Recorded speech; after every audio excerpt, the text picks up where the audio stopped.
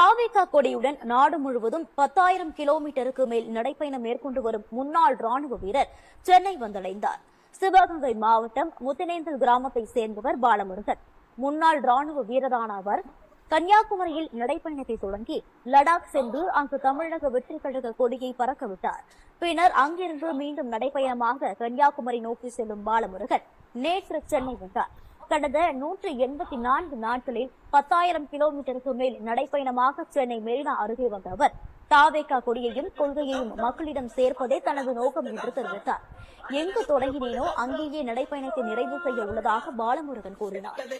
நான் இந்த நடைப்பயணத்தை 24/2/2025 அப்ப ஆரம்பிச்சேன். கன்னியாகுமரியில ஆரம்பிச்சு லடாக் மே 2ஆம் தேதி லடாக் போய் சென்றேன்.